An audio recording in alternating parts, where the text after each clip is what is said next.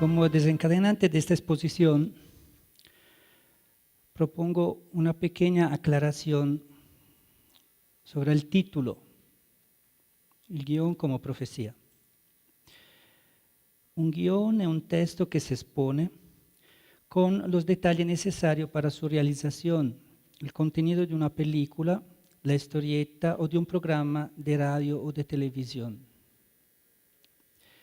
Una profecía nella prima eccezione del dizionario della lingua spagnola è un don sopranatural che consiste in conocer por inspiración divina las cosas distintas o futuras.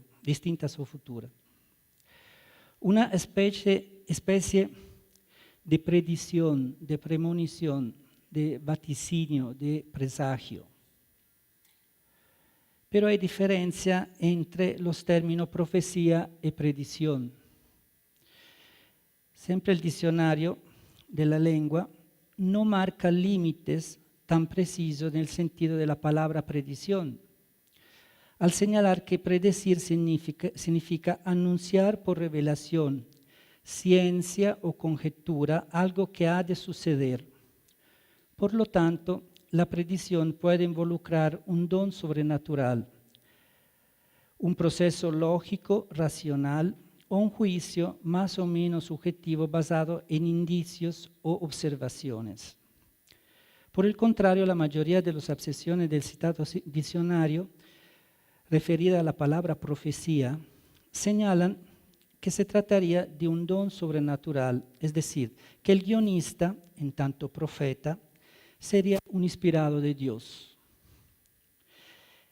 En este metafórico intento de situar el guionista en un lugar sagrado, se pretende demostrar que el guión en sí es una herramienta hipotética y utópica en el diseño previo del audiovisual, un horizonte de expectativa entre autor y público. En este sentido, el guión se propone como el resultado de una profecía. Hay muchos guionistas aquí. Algunos. No. Hola, algunos que conozco.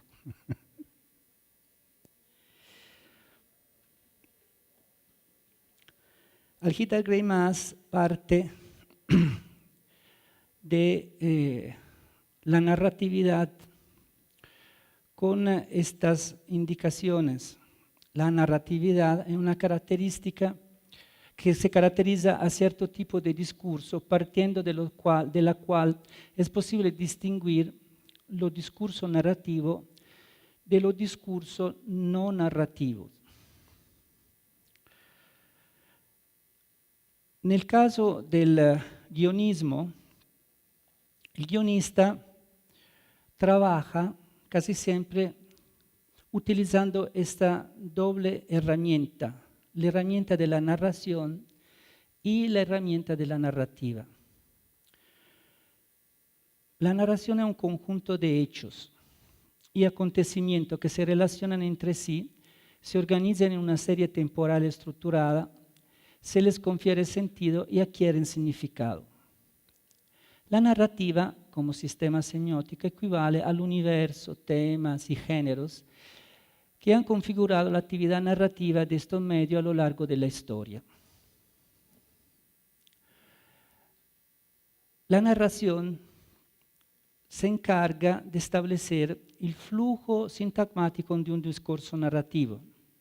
O sea, de la narración podemos decir que la parte del guión es el tratamiento, la escaleta y el guión en cuanto a escritura.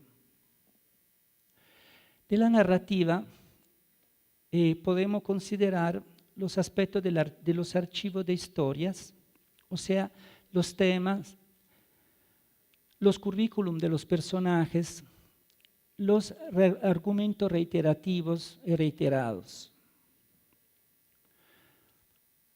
Sobre la narración y la narrativa hay mucha literatura.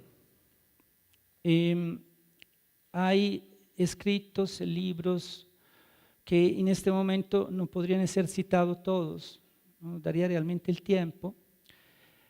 Y básicamente podemos ver que hay una estructura de análisis que va desde la didáctica, propiamente la didáctica, o sea, los modelos de dramaturgia, los manuales, algunos manuales históricos, muchos manuales de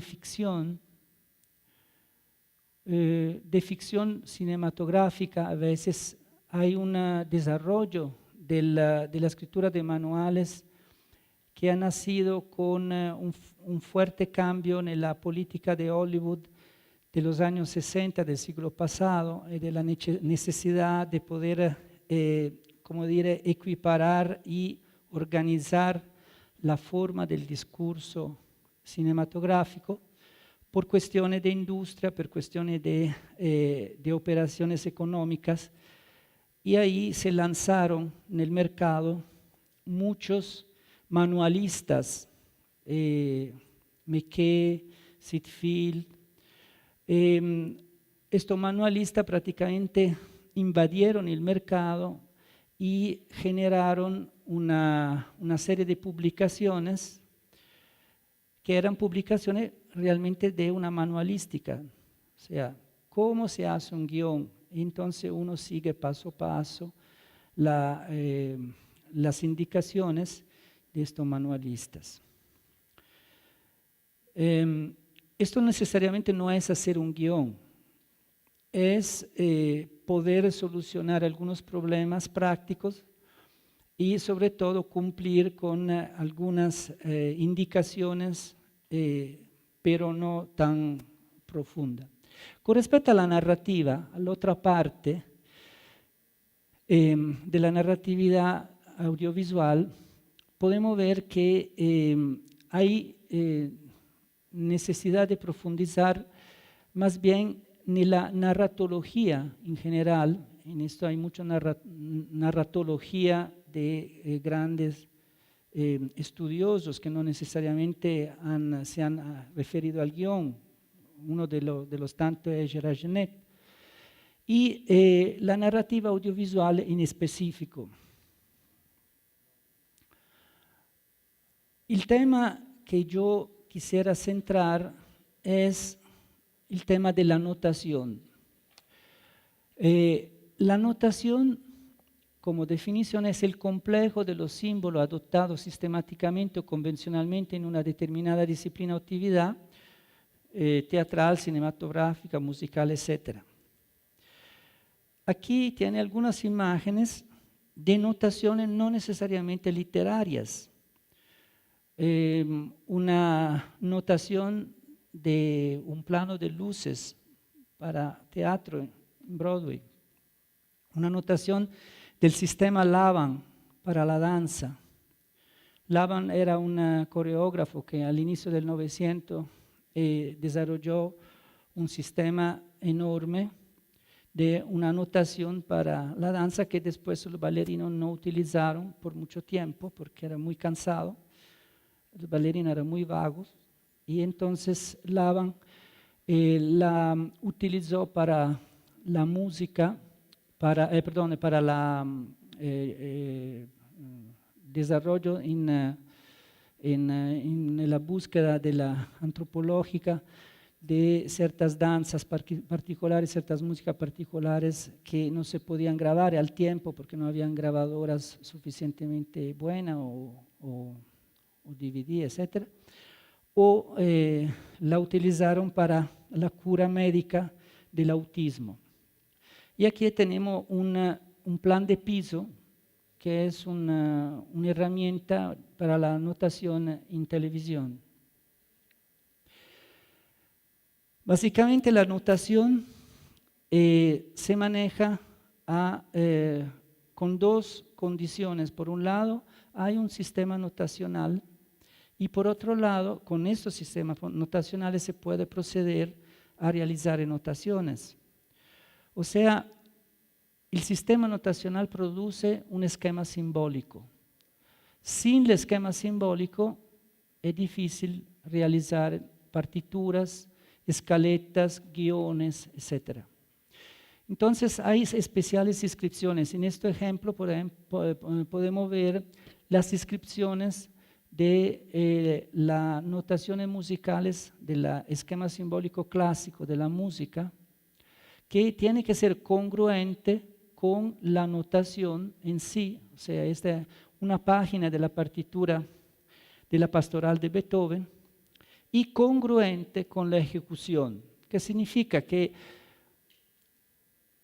si yo tengo una orquesta sinfónica como la Orquesta Sinfónica Nacional, la Orquesta Sinfónica Nacional, aunque tenga personas de otros idiomas, cuando se encuentra y realiza la quinta de Beethoven, se encuentra en la partitura de la quinta de Beethoven, porque de alguna forma en las escuelas se enseña el esquema notacional para poder interpretar en todo el mundo la notación musical clásica.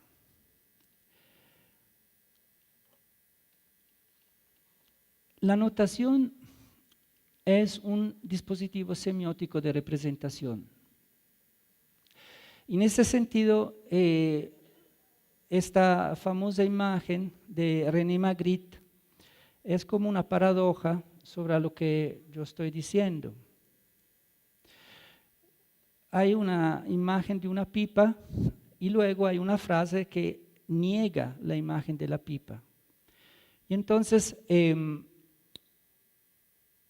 esto no es una pipa, pone en una situación incómoda, porque en realidad la imagen busca representar la pipa en una forma muy semejante.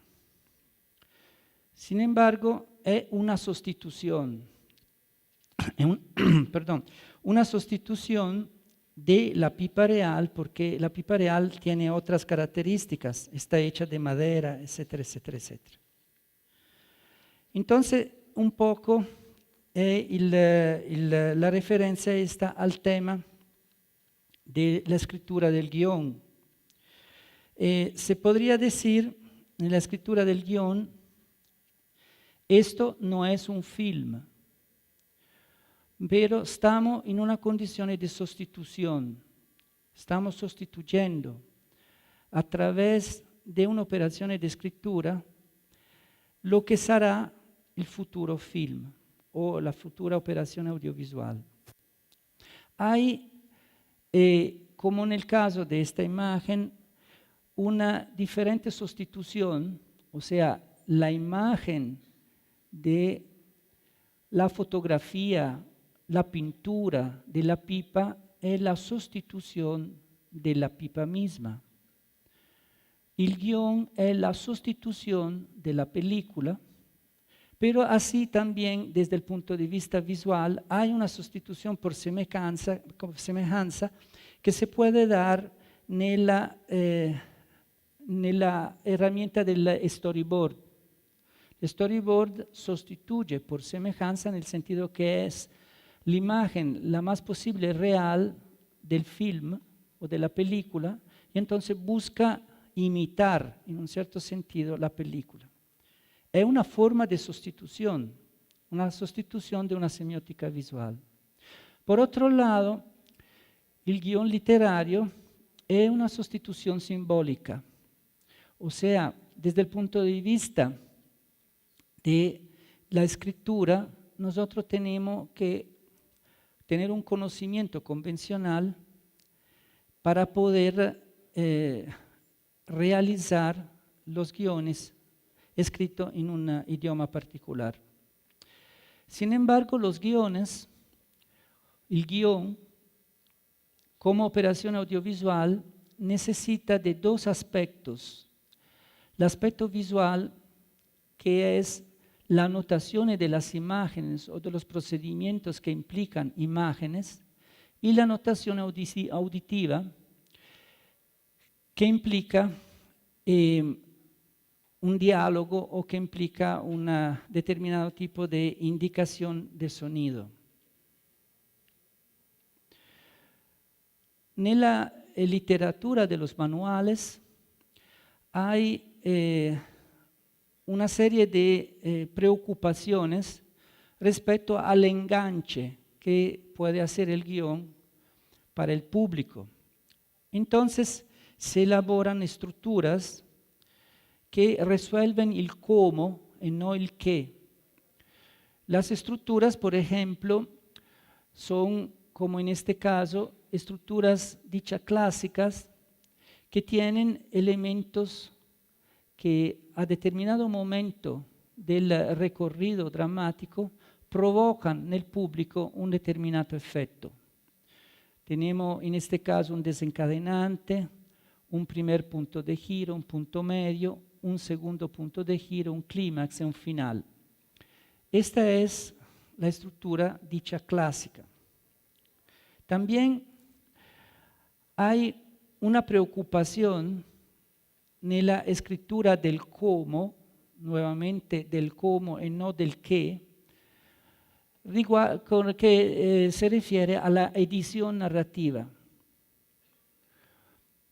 Una historia que se está narrando a nivel de guión es una historia editada, que ya supone una selección de acontecimientos. Esta historia se trabaja no tanto con el corte, que es una operación de tijera que se hace a la hora de la edición, sino se trabaja en lo que se llama el elipsis. El elipsis es del orden de los significados. El corte es del orden de los significantes. Eso significa que en el caso del elipsis tenemos una operación de contenido que se hace tanto en el tiempo de la historia como en el tiempo del discurso narrativo. Y finalmente, del lado de la narrativa y no de la narración, tenemos otro elemento fundamental como el estudio del universo semántico. Un guión tiene que ver con la cultura o las culturas. La cultura y las culturas son un orden artificial, una operación colectiva y acumulativa, una operación exquisitamente significativa. Los códigos narratológicos son sistemas de signos convencionales que tienen un propósito, el propósito de realizar una sustitución de algo que están nombrando. Se habla de lenguajes notacionales por los lenguajes que se utilizan en las operaciones de escritura de los guiones. Y esto produce una comunicación audiovisual y genera un sentido. Este sentido es propiamente lo que se llama el pacto de verosimilitud. La verosimilitud es algo que opera a nivel de narrador, o sea, del guionista que está escribiendo la historia, de la narración, o sea, de la historia que se está produciendo, y del narratario, o sea, del público que la recibe.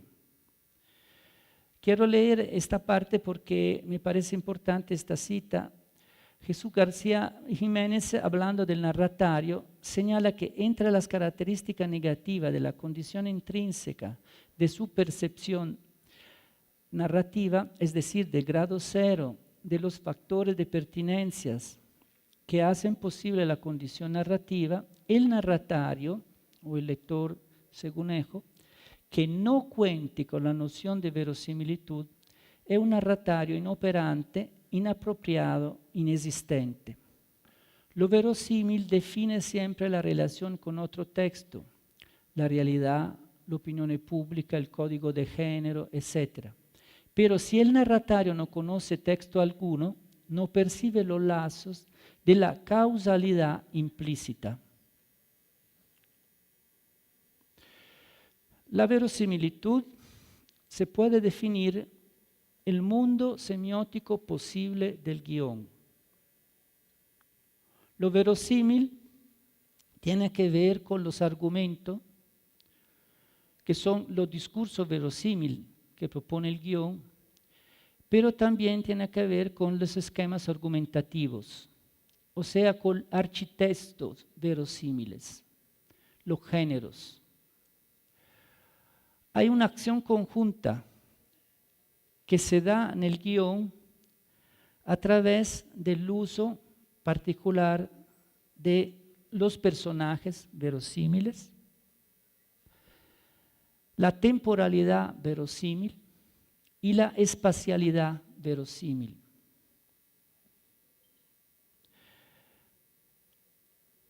En este sentido, voy a analizar un mundo semiótico posible, visual, que en un cierto sentido tiene que ver con lo que el guión tiene que representar a la hora de su realización, de su redacción, pero en este caso, este ejemplo es un ejemplo de una pintura flamenca, se dice flamenca, del 1600, de los Países Bajos. Es un autorretrato con vanitas de David Bailly, no sé si ustedes lo han visto en algún momento. El autorretrato tiene un montón de cochinadas ahí, que son propiamente el enunciado que se está proponiendo de, en este caso, estos objetos. Hay un reconocimiento que produce una interpretación posible, una clasificación de los diferentes objetos, y hay una interpretación.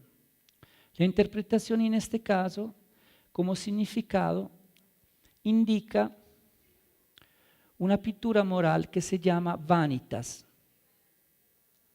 Para que el significado sea comprendido, necesitamos tener algunas informaciones culturales.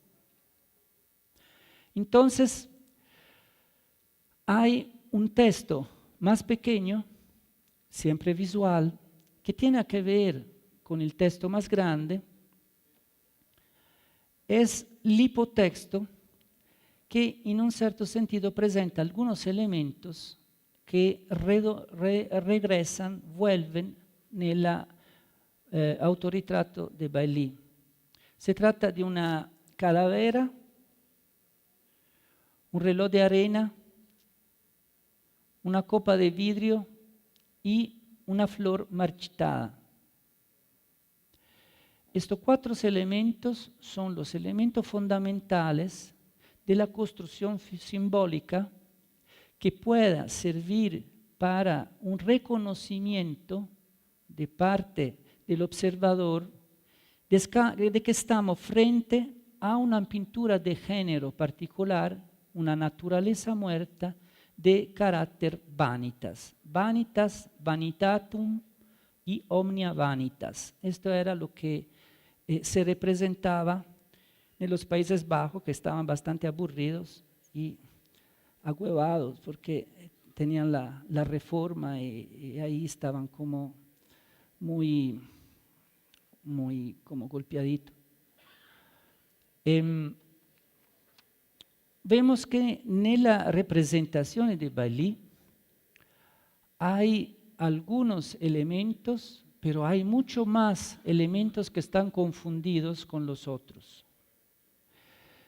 Nella visión moralista de las vanitas, todo era objeto de vanidad. Entonces prácticamente uno no se podía mover en la vida, porque la música era vanidad, la pintura vanidad, la escultura vanidad, las joyas vanidad, hacer un cartillito, comprarse una casa vanidad, todo. Todos estos objetos son una serie de elementos simbólicos que forman signos de un sistema semántico. El sistema semántico se refiere a un contexto semántico que establece una relación de coherencia, o sea, un universo posible, un universo verosímil, un universo de verosimilitud. Además de un mundo enunciado, un mundo posible enunciado de objetos, el cuadro tiene una operación específica. O sea, el Señor retratado, el pintor, no está mirando y nos está convocando a la visión que estamos viendo. Es un proceso de enunciación muy particular que hace que también el autor pueda intervenir en el cuadro. Entonces, no solamente la verosimilitud es de los elementos, pero también la verosimilitud convoca a una relación directa del espectador. Lo mismo pasa, en un cierto sentido, con el guión. Hay una propuesta perceptual que sería el guión escrito. El guión escrito según una cierta regla, según un sistema notacional específico. Hay un reconocimiento que se da en la interpretación del guión, o sea, en la leída del guión, a la hora de leer el guión. Y hay un significado que se da en la interpretación a la hora de obtener un guión grabado. Volviendo al tema de la narración y de la narrativa, me gusta utilizar la metáfora del iceberg para indicar cómo, en el caso de la producción audiovisual de guiones, no hay separación, no hay divorcio entre la narración y la narrativa. La narración y la narrativa son parte como de un iceberg. Y la parte que emerge, la parte que está afuera, es la parte más pequeña.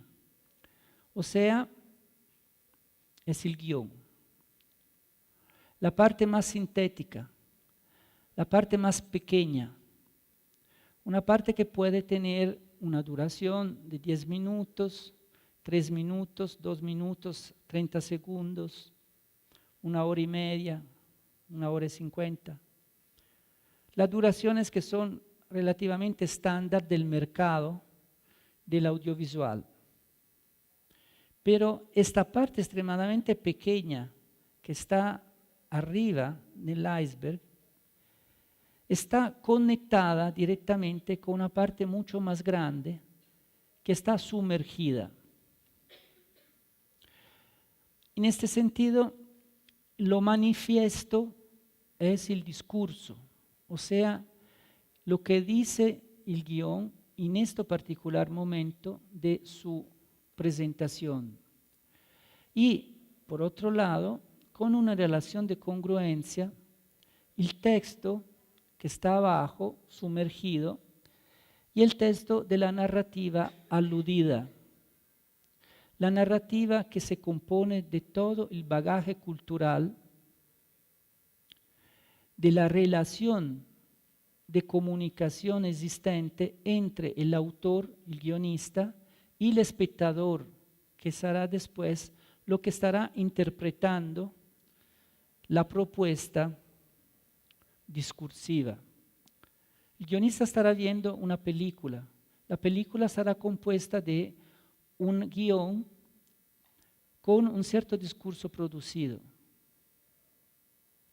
Pero será difícil para el público poder interpretar este guión sin el conocimiento previo de un bagaje cultural mucho más amplio que está justificando la verosimilitud. Si yo en el guión pongo un cura atraviesa la calle, ya indico que tengo que poner un actor actuando con un traje de cura. Pero este traje de cura de por sí necesita mucha más información para que yo pueda percibirlo como tal. Porque no lo confunda con un traje de bonzo, no lo confunda con un traje de un sacerdote hindú. El traje de cura implica que dentro del conocimiento cultural, tanto del autor como del público, haya un pacto de verosimilitud en donde el escritor confía que el público pueda interpretar la frase traje de cura. Y entonces no necesita gastar 30 minutos o 15 o 5 minutos de la película para dar una explicación del qué sería un traje de cura. Imagínense cuánto sería larga una película si a cada rato se tuviese que explicar todas las cosas que una película indica en una acción muy rápida. Entonces, el trabajo que hace el texto es de sintetizar, de dinamizar y de producir una emergencia de la información cultural. Lo que hace el discurso es sumergir, profundizar y dejar que se pueda analizar más el discurso que se está presentando. La narración exhibida es lo narrativo. La narrativa aludida es lo narrado. O sea, lo narrado es el qué tiene un guión. Lo narrativo es el cómo un guión lo presenta. Nella produzione di sentido, el guión tiene 3 operaciones básicas. Una manipulación de la materia expresiva. Sin expresión no se puede producir ningún evento. El guión tiene que tener una expresión como tal. La expresión se da en la técnica de escritura del guión, en los manuales, en los muchos manuales que dicen haga esto, haga esto, haga esto y esto. En la correlación entre expresión y contenido, o sea, ¿a qué apunta la notación del guión? ¿Qué quiere producir? ¿Qué quiere provocar? Se quiere provocar un determinado efecto, ¿cómo lo va a provocar? Suspenso, sorpresa, punto de cambio, desencadenante, etc. Y la conexión entre signo producido y realidad, es decir, ¿qué resultado tiene esta representación escrita de lo que será el futuro film? Si nel futuro film encontraremos solo el 20% de un guión, es mejor que el guionista se suicide, porque realmente es un pésimo guionista.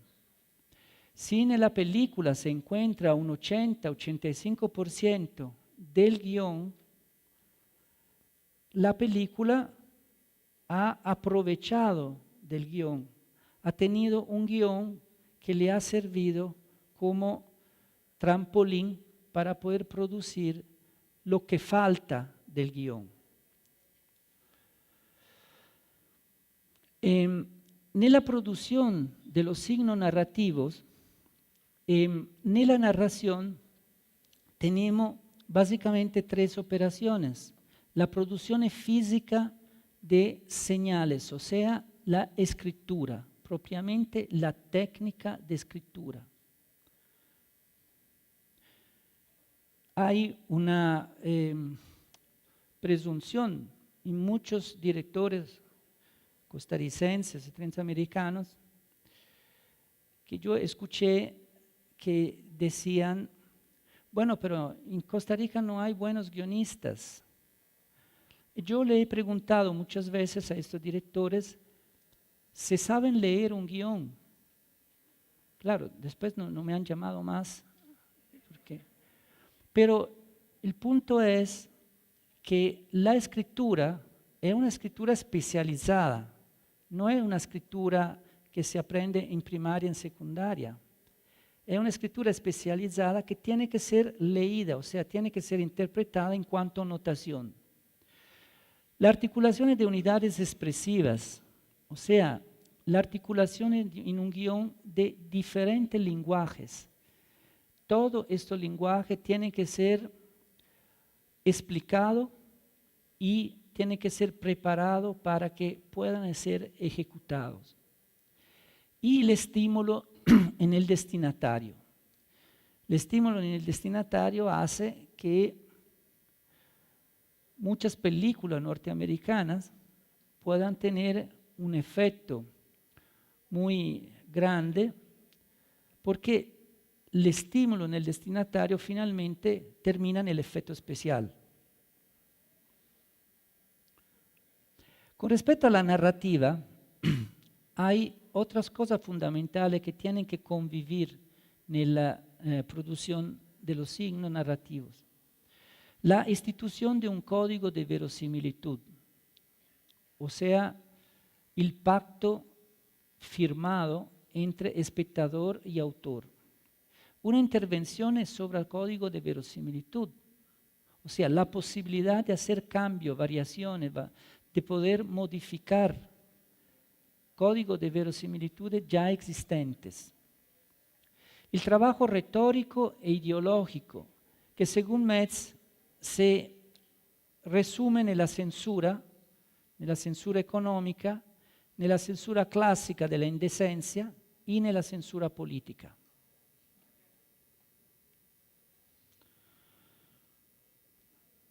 Entonces, escribir un guión no es una cosa tan fácil que se puede tomar un lapicero y empezar ahí a meter ideas sobre acontecimientos, mas requiere un conocimiento audiovisual y una conciencia de los códigos audiovisuales. Ahí no sé, la pantalla se ve este esquema arriba donde hay diferentes tipos de códigos, icónicos, indiciales, simbólicos, etc. Son muchos los códigos audiovisuales que hay que conocer para que sean traducidos en el guión, preparado en este discurso, en esta parte alta del iceberg. La característica del trabajo narrativo, además, va sobre diferentes interpretaciones del plano de la expresión. Por ejemplo, la estructura dramática, que puede ser en un paradigma clásico, como lo que vimos, posclásico, moderno, posmoderno. La coherencia y la cohesión de la textura discursiva, o sea, la continuidad y la discontinuidad espaciotemporal que modifica la totalidad del cuento, y las características del diálogo, el conocimiento del socioletto, los turnos de habla, la pertinencia, etc. Las características de la descripción y de las acotaciones para que tenga una exhaustividad, una pertinencia y una síntesis. Nel plano del contenido, la narrativa implica que el contexto narrativo espacial y temporal de la historia sea considerado con mucha atinencia, la configuración de los ambientes de los sucesos por narrar, la conceptualización de los personajes como currículum, relaciones, etc. Y otra vez la verosimilitud del contexto social y cultural del lector y de la historia.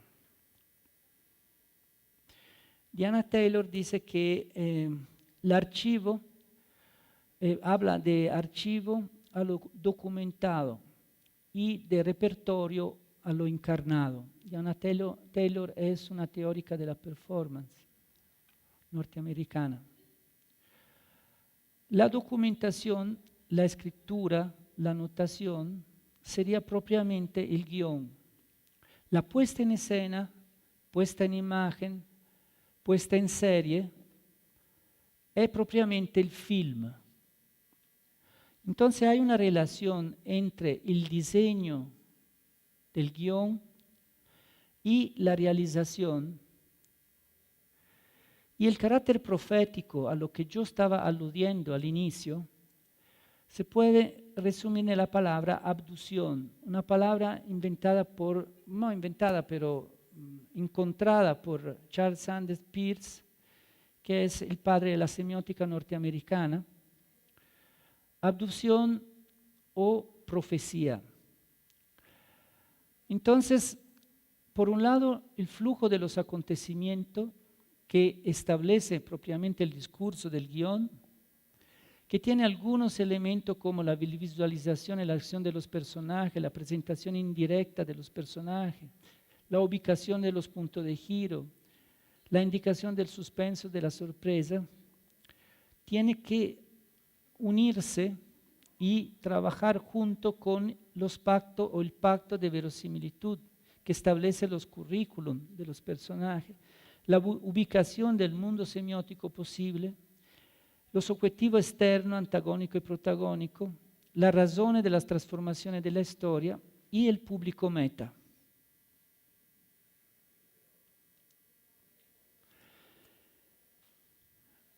Ninguna anotación es de por sí exhaustiva. El film es más de la suma de las partes. El guión sirve para la comunicación entre individuos, coordina una actividad práctica. Los modelos narrativos generan diferentes escenarios a partir de su variable. Variable A, el medio, el soporte, las circunstancias de emisión y difusión. Variable B, el usuario, el universo semántico y comunidad sociosemiótica dada. La variante C, el formato. La componente estética que se pretende aportar. En esto, el guión es una profecía. Gracias.